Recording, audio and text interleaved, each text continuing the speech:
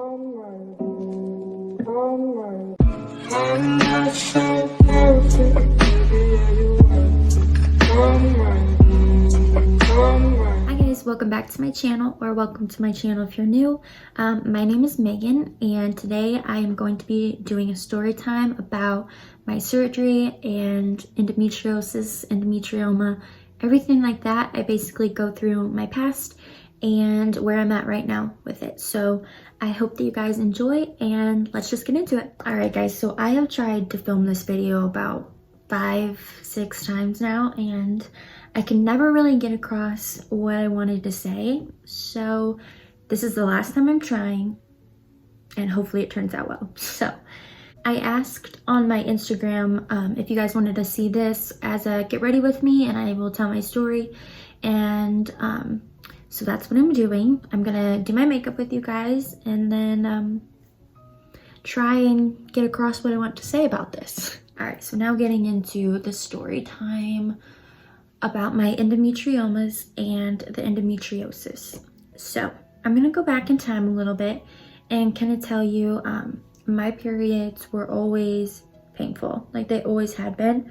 They weren't excruciating or anything, but definitely the first 2 days I needed to just lay down, and I could not do anything else. Like I just needed to lay down, and it was that way for quite a while. And then maybe, I want to say 2 or 3 years ago, I started noticing more like intense cramping, and I was like, you know, this is kind of normal. It's the first day. Usually the first day is the worst, but that time 2 or 3 years ago, like I was in so much pain. Like we were going to get ready to go to church, and I couldn't get out of bed because I was just crying, and I was in so much pain, and nothing was comfortable. It was bad. So that was probably the first time I started realizing something was different. And then let's see here, December 2019, so last year, I went to the ER because I had just gotten home from a family dinner. Chase and I were just getting back to our apartment, and I had cramping during the day, but I knew I was gonna start like my period soon, so I figured it's just, you know, pre-cramps, if that's even a thing. But so I didn't think much of it. It wasn't painful or anything. It just felt like a stomach cramp. So we get home that night, and it's later. And when I get out of the car, I like double over in pain because like I couldn't talk, and I just felt like the breath was knocked out of me. I literally walked inside the door like hunched over because I was in so much pain. I was crying. I couldn't talk to Chase. My whole body was shaking. Like my muscles were just shaking constantly. I couldn't stop it. Sitting down did not help. Laying down did not help. Standing didn't help. And it was just so weird and something that had never happened before. And it wasn't getting better. Like I took ibuprofen, and sometimes ibuprofen helps me, but it just wasn't helping at all. And we called my parents, and they said, well, I should go to the ER and see what's going on. And so Chase took me to the ER, and I actually laid in the back seat of the car to the ER because at that time I did not want to sit up front in the car. So I got a pillow, and we headed to the ER. When we got there, the guy saw me laying in the back, and he got a wheelchair. And I feel so bad for the person at the front desk because I was like looking down the whole time as she was talking to me, and I was just like trembling, and I tried to answer the questions the best I could, but I was in so much pain. I couldn't talk. I didn't want to give you my name or anything like that. I just wanted some relief, you know what I mean? So my parents met us at the ER, and I was finally taken back, and they gave me the drugs through an IV, and within like a few minutes I already felt relief from the intense pain, but there was still like just that tightness in my stomach that was really uncomfortable, but the pain was pretty much gone. And the doctors and the nurses were originally thinking maybe there's something wrong with my appendix because it was that lower abdomen region. And so they wanted to get a CT scan done while I was there. And so they did their other tests that they needed to do. And then they got me ready for the CT scan. The lady came back, she got me, took me to the room, had a CT scan of my abdomen. And then of course we had to wait like I think it was an hour that we had to wait, but it was a long time in the ER. So finally, like an hour and a half or so later, they came in and they said that they reviewed the CT scan and it looks like I have cysts on both ovaries, and that he told me that cysts are common in women, especially when they're on their period. They are like tiny fluid-filled sacs and they just come and go, but they can rupture, which can cause a lot of pain. So he was thinking that's what happened to me, and you know, this is what it is. I'll have to follow up with my other doctor and see what she has to say. So I was a little nervous just because you know, when you hear that you have cysts on your ovaries, it's kind of like, how long is this gonna be there? Am I always gonna be in pain, you know? And so I felt better after leaving because I, you know, talked to Chase and he kind of helped me get through it. And so when we got home, I was able to sleep. The pain was gone. I felt uncomfortable still, but I was in no pain, which was a huge relief. So fast forward a bit from then, I think, well, obviously in January and February, things were not getting better. And I kept remembering that he said, you know, it would come and go. And it just didn't feel right. Like, it didn't feel normal. Like I had that pain over and over again.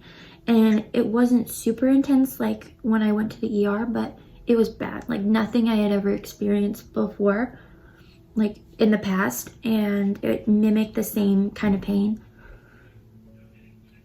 that I had in the ER, that sent me to the ER. So I was just like, this isn't getting better. He said they would come and go, and it's like, why am I still in this much pain? So I scheduled another follow-up with my doctor. And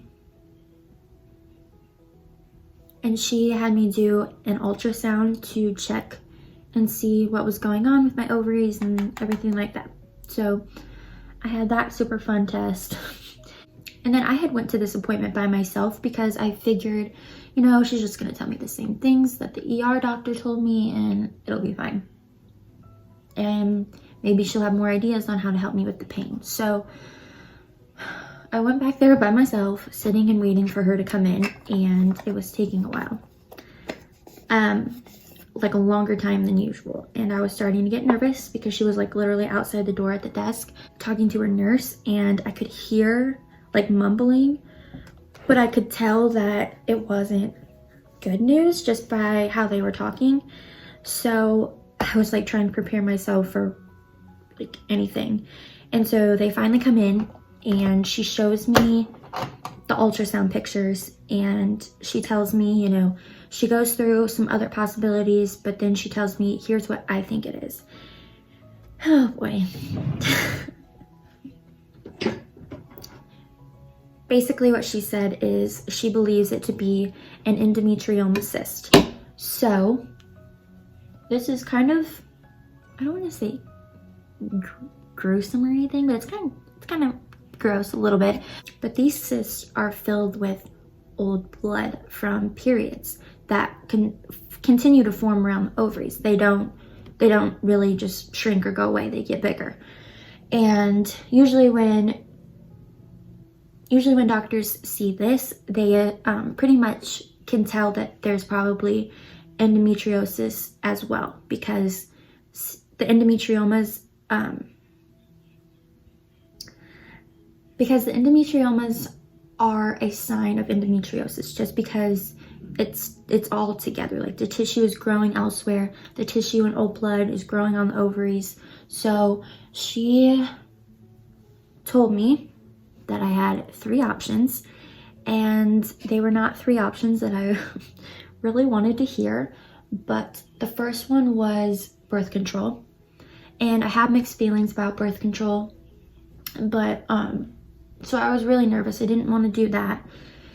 But the birth control would only stop them from getting bigger, because it would help control my periods, but they would not go away if I took birth control. They would just stop growing. So I was like, I don't really want to do that, you know, like I want these gone. And then she told me that there was a medicine out there that would put you through menopause-like symptoms. You obviously wouldn't be going through menopause, but the symptoms are horrible. Like I looked up some of, you know, the reviews about this medication. Almost all of them were negative. All of them were just talking about how horrible it was to be on that medicine, and just how it made them feel horrible, like just sick and just not good and depressed and everything like that.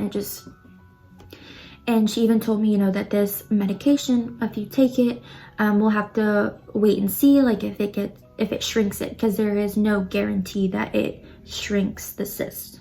And so I was like, I don't want to go through all of that just to wait and see if the cyst will go away. So my last option was surgery.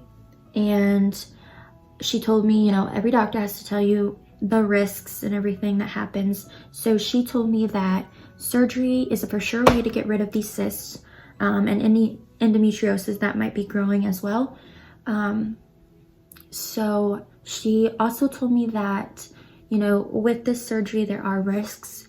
You know, this surgery is taking cysts off your ovaries, which could ruin the good fibers or something on the ovaries that help with fertility and stuff like that. And she said, you know, there's a chance it could cause infertility problems.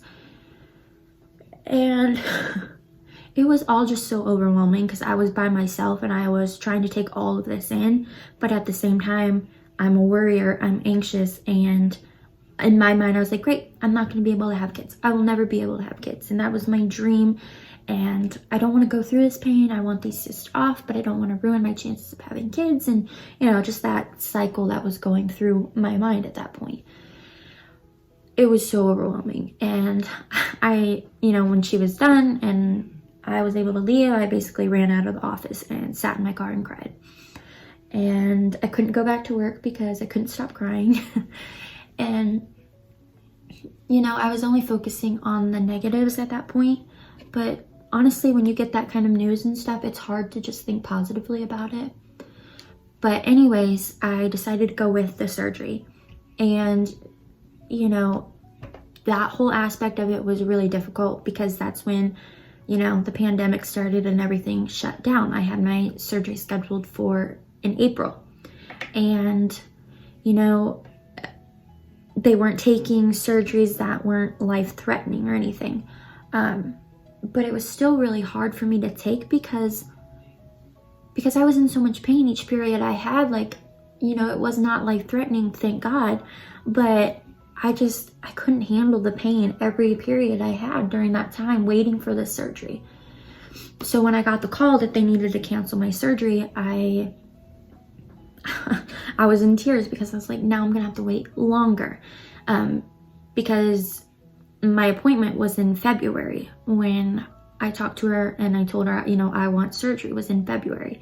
My surgery wasn't scheduled for until April. So I was already having a couple periods in between then, and then they canceled, and then it was horrible. That pain was horrible. And so you know, they're like, we'll call you if we have any openings, or if the hospital's taking surgeries like this again. And I just felt so discouraged, and I was like, I don't want this to get worse. It can cause your ovary to twist, and then they would have to remove the whole ovary. And I just was so nervous. Mine was 4.8 centimeters and the other one was almost 4 centimeters. So pretty big, but they weren't big enough to twist my ovaries yet or anything like that. So I was just trying to remind myself that I'm still okay, like I'm still here, I'm good. It's just 5 days of intense pain. I will get through it. But basically, they said they would call me if there were any openings. And it had been a few weeks, and things were starting to open up again during that time. But not really. And so I called them and I was like, hey, like, you know, I see some surgeries are allowed to start up again. Some ones that weren't life-threatening. And I was like, is there any way that I can get my surgery scheduled now? And they were like, no, the hospital doesn't have any openings. We're not really sure at all when we can get you in. And at this time, we were moving to Indy. So we were moving to Indy at the end of June. So I really wanted to get the surgery before June so that I could help us pack and move and recover and, you know, just be better by the time we get to Indy. So that was a wreck. I was a wreck. I just broke down and cried. I was like, why is God letting me go through this? Like, why am I going through so much pain? And it was rough. And I would just pray every night and I would cry and ask God why. But then literally the night when I got that news that they weren't sure when they could even schedule me, I remember I was praying with my husband and I was just asking God, please, like, I love you. I'm trusting you. And I was like, this has got to be turned out for something good. Like, you know, the things I go through are to make me stronger. And I just had to be patient. And I was like, God, this is your timing. Like, I trust you. Something I could never do before. Like, I have such control issues and that's something I'm working on. But that's a whole nother thing. Anyways, I was just basically telling God, I trust you. Like, this situation sucks, but I'm going to get through it. And I know I have you. So the next day on my lunch hour, I got a call from the doctor's office and she basically said, hey, Parkview has a couple openings left. Would you like one? And I just got chills. I had tears running down my face. I was like, yes, absolutely. Like, when can I get in? And she was like, how about, what was it? May 28th. And I said, yeah, that'll work because it was the beginning of May when I got the call. But I knew I had 4 weeks until the surgery date. So I said yes. We got it all scheduled for May 28th and I had the surgery. And I was incredibly nervous. I've had back surgery, so that was pretty intense. And I was kept telling myself if I could get through that at 15 years old, I can get through this. So the hard part when we got to the hospital was that Chase could only come back to the pre-op room, and then he had to go sit in his car for like 2 hours and wait on me. They originally said it was only going to be an hour, but this is where I get into the surgery and what happened and what they found. Okay, so now into the surgery part of this. Chase obviously had to go sit in his car, like I said, but it was hard because I would wake up by myself and I knew that I would be in pain, and that just kind of sucked. And so they took me back to surgery. They told Chase, like, we'll call you in about an hour and we'll let you know when to pick her up, because it was outpatient, I believe, yeah. Since it was laparoscopic, I didn't need to stay in the hospital very long. So I went back for surgery and obviously entered the cold white room and watched people look at me until I fell asleep. And that's all I remember. And then I woke up in the post-op, like it was in a room with a bunch of other people who had just gotten out of surgery. And oh my gosh, let me tell you what, it was so hard waking up there without Chase, because people were crying in pain and just yelling and just moaning and just so in so much pain that I was like overwhelmed when I woke up. I was overwhelmed because of the pain. I felt like I literally felt like I was burning on the inside. It was just so bad. And you know, this might be a little TMI, but I felt like I was bleeding so much, and I was just praying that they had a pad on me. And it was awful. I woke up so confused. I was starting to ask for Chase, and I really wanted ice, and you know, they're like, okay, just like you have to wake up a little bit more. My mouth was like sandpaper. It was bad. And you know, I was just like crying. I wasn't really like, I wasn't in full tears, but I definitely was crying because I was in so much pain, and I wanted Chase. So I finally woke up enough for them to give me some ice, and then they wheeled me back to my own post-op room where I would just be in there while I recovered, and then I could go home and Chase would come get me. So I waited in there. It was really hard because I didn't have anything to distract me. I didn't have Chase to talk to me. I was just laying there in so much pain. Then after an hour or so, I forgot to say that my surgery took over an hour, and so, you know, Chase told me that he was starting to get worried because it was going longer than they expected it to, so he was getting a little nervous. And while I was in the room recovering, you know, I think it was maybe like a couple hours, and the nurse came in to check on me, asked how I was doing, and I really just wanted to get home, so I kind of said, I'm fine, like I'm ready to go, because I was so ready to just go home and lay in my own bed. I didn't want to wait there any longer. But I stood up. She helped me stand up to go to the bathroom because I needed to go to the bathroom before I left. And oh my gosh, that was horrible. I stood up. I felt all the blood leave my body.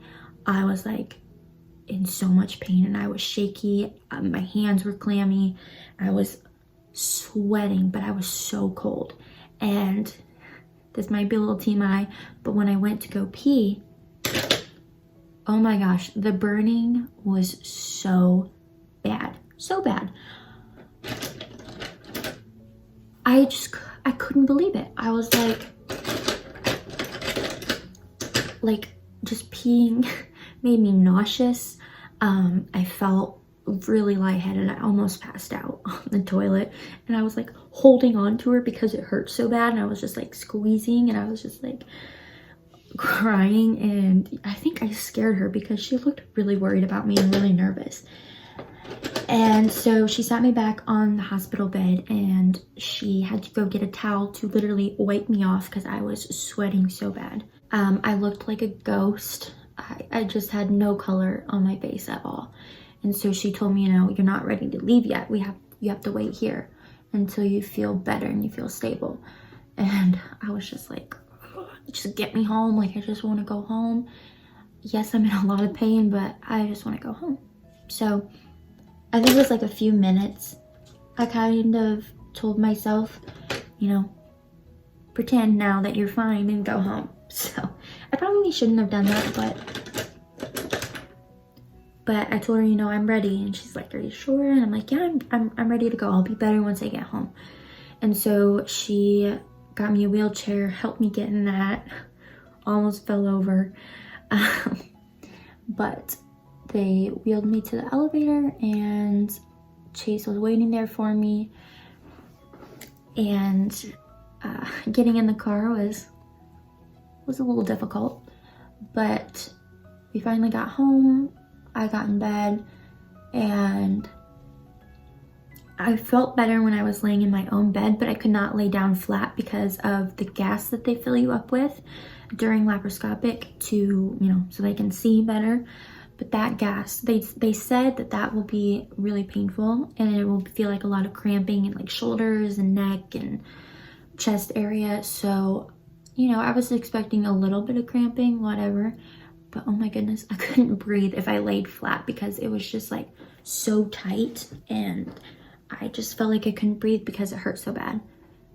And so I laid propped up even through the night. I think I sat in the chair during the nighttime so I could sleep. And then that's basically like what happened. Why it took over 2 hours was that she found a lot of endometriosis growing. She was able to remove the cyst, which was great. And but she said, you know, she wasn't expecting as much endometriosis as she thought. And basically it was growing on my bladder, the underside of my uterus, and my colon. So she took a lot out of me is what she said. She, you know, she did a lot of work, took a lot out. And the one place that the doctors are typically worried about during this kind of surgery, fertility wise, was the fallopian tubes.